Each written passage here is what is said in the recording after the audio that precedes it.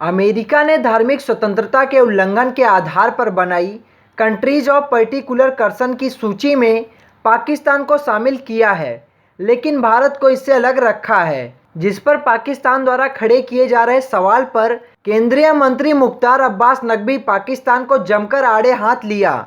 उन्होंने कहा कि धार्मिक स्वतंत्रता के नाम पर भारत को वह देश सीख देने की कोशिश कर रहे हैं जिनके यहाँ न संविधान में ही समानता है और ना ही अल्पसंख्यकों और उनकी धार्मिक आस्थाओं का कोई सम्मान है। हमारे यहाँ भी कुछ सियासी दल हैं जो जिस तरह की भाषा बोलते हैं, जिस तरह की लैंग्वेज इस्तेमाल करते हैं,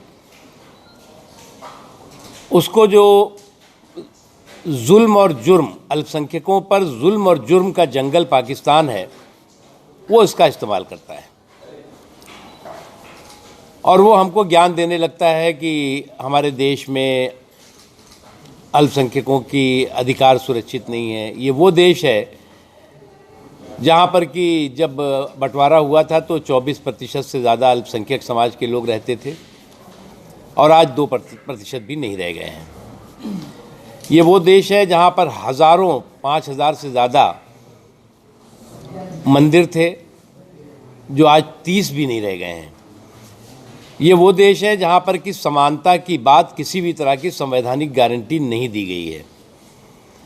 ये वो देश है जहाँ पर कि आज भी जो हिंदुस्तान से लोग बंटवारे के बाद गए हैं उन्हें शरणार्थी के रूप में ट्रीट किया जाता है। और ये वो देश है जहाँ पर कि मस्जिदों में धमाके होते हैं और बेगुनाहों के खून बहते हैं। वो हमें ज्ञान दे रहे हैं कि यहाँ पर अल्पसंख्यकों के अधिकार और सुरक्षा, यहाँ के अल्पसंख्यकों के अधिकार और सुरक्षा पूरी तरह से समाज इसको सुनिश्चित करता है, संविधान सुनिश्चित करता है और जो भी संविधान और समाज के तहत चुनी हुई सरकारें हैं उनकी सुरक्षा, उनकी गारंटी देता है। कुछ मस्जिदों की बात करने लगते हैं। हिंदुस्तान अकेला देश है जहाँ 3 लाख से ज़्यादा रजिस्टर्ड मस्जिदें हैं और उतनी ही लगभग जो है वो दरगाहें हैं, तमाम और धार्मिक स्थल हैं जो कि इस्लामिक देशों से भी ज़्यादा हैं। उसके अलावा जो है वो लाखों की संख्या में चर्च हैं और भी धार्मिक स्थल हैं। तो जो भी लोग इस तरह के सवाल उठाते हैं वो अपने आप में खुद एक्सपोज होते हैं, खुद बेनकाब होते हैं और वो अपनी नाकामियों को छिपाने के लिए अपने यहाँ जो जुल्म और जुर्म का जंगल है उस पर पर्दा डालने के लिए इस तरह की बातें। लेकिन अफसोस की बात यह होती है कि कुछ सियासी दल, कुछ राजनीतिक दल जिस तरह से सुर में सुर मिलाते हैं, चाहे वो समाजवादी पार्टी हो, चाहे कांग्रेस पार्टी या और लोग, उसका दुरुपयोग पाकिस्तान का जो जिहादी इस्टेब्लिशमेंट है, जाहिल इस्टेब्लिशमेंट है, वो करता है और वो दुनिया को ये बताने की कोशिश करता है कि देखिए कांग्रेस पार्टी के लीडर ने ये बयान दिया, समाजवादी पार्टी के लीडर ने ये बयान दिया और कोई और है। उन बयानों को अपनी साजिशों का चक्रव्यूह बनाता है उन बयानों से और भारत को दुनिया में बदनाम करने की कोशिश करता है। अभी मैंने देखा कि पाकिस्तान और कांग्रेस के एक लीडर हैं, दोनों के बयान लगभग एक जैसे मिलते जुलते आए। पाकिस्तान ने भी उसी दिन बयान दिया कि हिंदुत्व पर सवाल खड़ा किया और हमारे यहाँ के जो ग्रैंड ओल्ड पार्टी के नेता हैं उनका भी बयान उसी तरह का आया। देखिए, हिंदुत्व जो है हिंदुस्तान की संस्कृति और संस्कार है और इसी हिंदुत्व ने इस देश को पंथ निरपेक्ष या सेकुलर बनाया।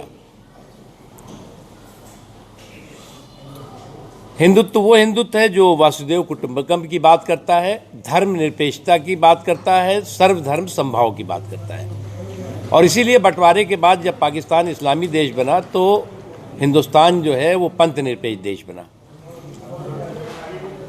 बंटवारे के वक्त अल्पसंख्यकों की आबादी भारत में 8% थी, आज 22% से ज़्यादा है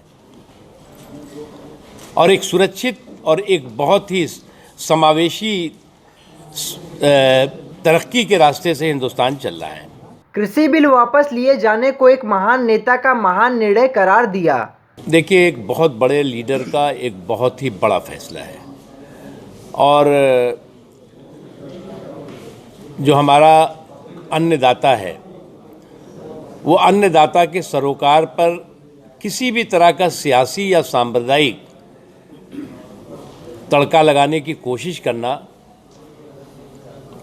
किसी भी रूप में ठीक नहीं होगा। नकवी जी, उनका ये कहना है कि अब पार्लियामेंट में ही रद्द हो तब हम यहाँ से हटेंगे, तो इन सब चीज़ों को आप क्या समझते हैं? ये तो देश डेमोक्रेसी है, लोकतंत्र है। मोदी जी की सरकार ने कभी भी टकराव का रास्ता नहीं अपनाया, टॉक का रास्ता अपनाया। सैकड़ों बार बातचीत हुई। आप एक बार भी बताइए कि टकराव का रास्ता के सरकार ने अपनाया क्या? कभी नहीं अपनाया। ये हमारी संवेदनशीलता थी और है। अच्छा सर, इस दौरान 700 किसानों की मौत हुई है आंदोलन के दौरान, उस पर मोदी जी ने कुछ नहीं कहा। देखिए, मैं मानता हूँ कि हमारे किसी भी समाज के किसी भी हिस्से की किसी भी कारण से अगर दुर्भाग्यपूर्ण तरीके से मौत हुई है तो निश्चित तौर से वो हमारे लिए भी दुख का विषय है और देश के लिए भी दुख का विषय है। और इसके लिए जो है वो हमें किसी की भी, चाहे वो कांग्रेस पार्टी हो चाहे कोई और लोग हों, उनके सर्टिफिकेट की ज़रूरत नहीं है। हमारी संवेदनशीलता के प्रति, हमारी ईमानदारी के प्रति और हमारे समाज के सभी वर्गों को तरक्की के रास्ते पे ले जाने के प्रति। और ये सरकार वो सरकार है जो पहले दिन से मेरा गांव, मेरा देश, मेरा खेत, मेरा खलियान, इसके संकल्प के साथ उसने काम किया। कृषि का बजट लगातार बढ़ता गया। जो एमएसपी है वो एमएसपी मिनिमम सपोर्ट प्राइस के बजाय मैक्सिमम सपोर्ट प्राइस बनी। लेकिन ये बहुत बड़े जो लीडर होते हैं, विश्व के, दुनिया के सबसे लोकप्रिय नेता का ये निर्णय है और मैं मानता हूं कि एक बड़े नेता का एक बहुत ही बड़ा और कड़ा फैसला है जिसको कि पूरे देश ने स्वागत किया है। किसान आंदोलन के दौरान 700 किसानों की मौत पर मोदी जी के मौन धारण के सवाल पर उन्होंने सीधे जवाब न देते हुए कहा कि किसी भी कारण से अगर मौत होती है तो वह बेहद दुखद है। हालांकि यह पूछे जाने पर कि चुनाव से ठीक पहले कृषि बिल वापस लिए जाने के इस फैसले का चुनाव पर क्या परिणाम होगा, उन्होंने कहा कि केवल चुनाव के परिप्रेक्ष्य में इस फैसले को देखना ठीक नहीं होगा।